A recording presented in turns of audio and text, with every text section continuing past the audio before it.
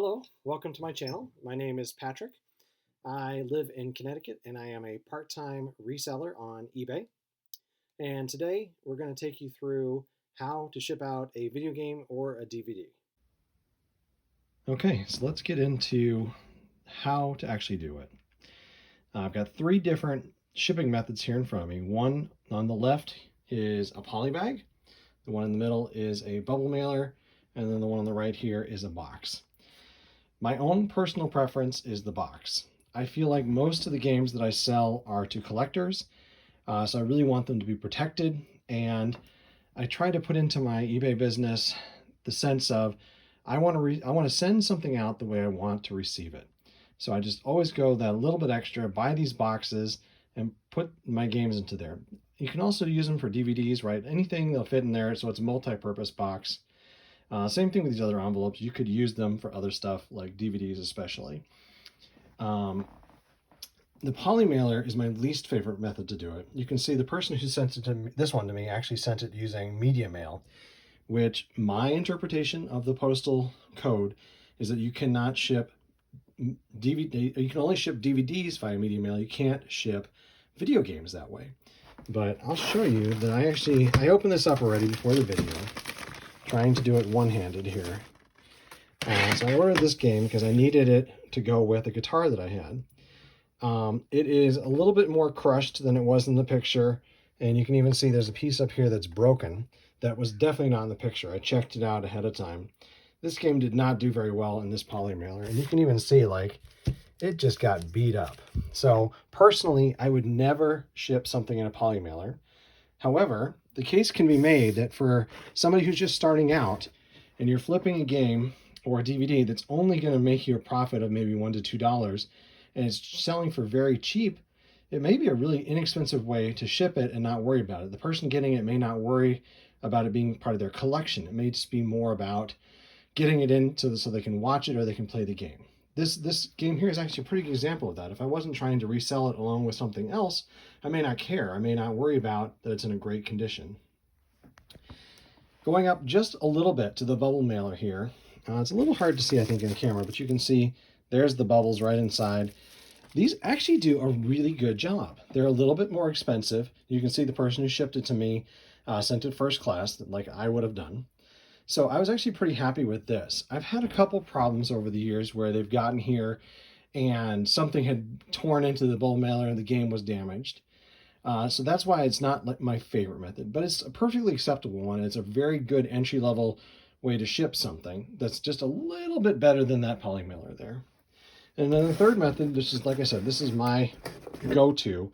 It's a 9x6x2 measured box. Right, I keep them ready to go at all times right in my stash here. This has already got packing materials inside it, so I can put a game on top of it, on top of my scale, and just weigh it right away. Versus, right, maybe a little bit more difficult for something else, like a bigger box, to do that with. But a small box, very easy. So what I'm going to attempt to do next is try and put this package together one-handed with you guys. I may take you through it step by step. Okay, here's the game that we're going to be shipping out today. It's a PlayStation 2 game called The King of Fighters 2006. I found this at a Goodwill a few weeks ago. It'll be in my What Sold This Week video next Monday or Tuesday. Paid $2 for it, sold it for $12. So not a bad little flip for a video game. So what I like to do with video games, I'm going to try and do this one-handed here. I like to take a scrap of bubble wrap and just pop it inside before I ship it out. That makes sure that that disc is going to stay in place. Like there's almost no motion now with that game inside there. The next thing I like to do is put it inside some bubble wrap. So just doesn't have to be a lot.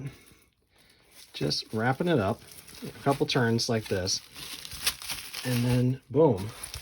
Now, you don't have to do a great job. It just needs to be wrapped up so that the case is going to be protected really, really easily. I'm going to do a cut and we'll come back and I'll put it into the box. Okay, here we go. So I've cut the bubble wrap.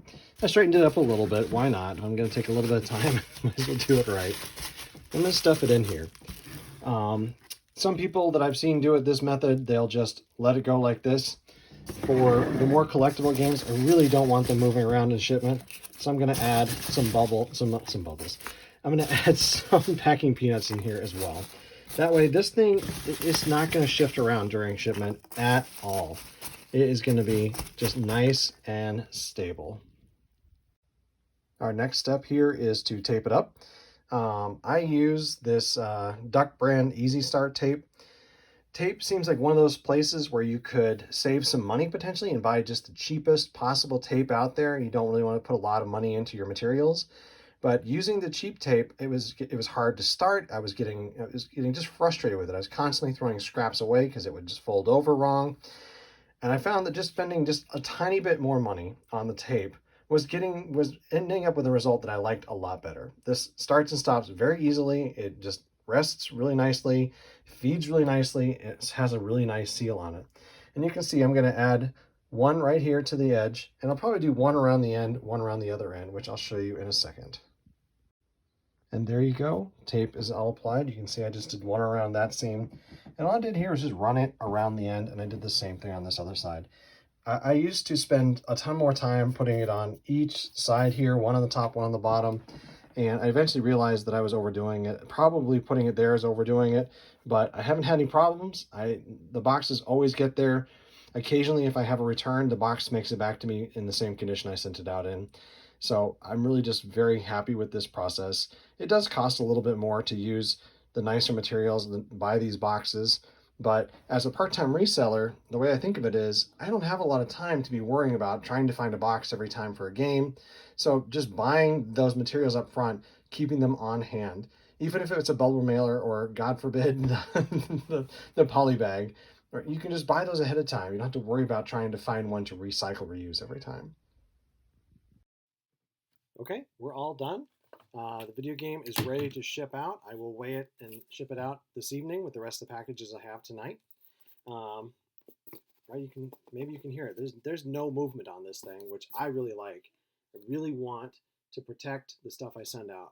Like I mentioned in the middle of the video, I always make sure to send out things the way that I'd want to receive them. And I encourage you to do that as well, because nobody wants to get bad reviews, right? Nobody wants that. And if you're sending it out in a bad way or doing something that you wouldn't like, the way you wouldn't want it done, then you're going to get a bad review and you're going to kick yourself. And might as well just put that extra mile in and do the work. You might be able to back off a little bit as you go on. Like, you're overdoing it now, that's okay. Back off as you go along, as you find out ways to make yourself more efficient. But I think just always put in that extra mile, do the work, figure out ways to do it right. So that's my video for today. Thank you very much for watching. Please remember to like and subscribe. If you have any questions you're interested in asking about shipping or eBay, please feel free to leave a comment below. Thank you very much.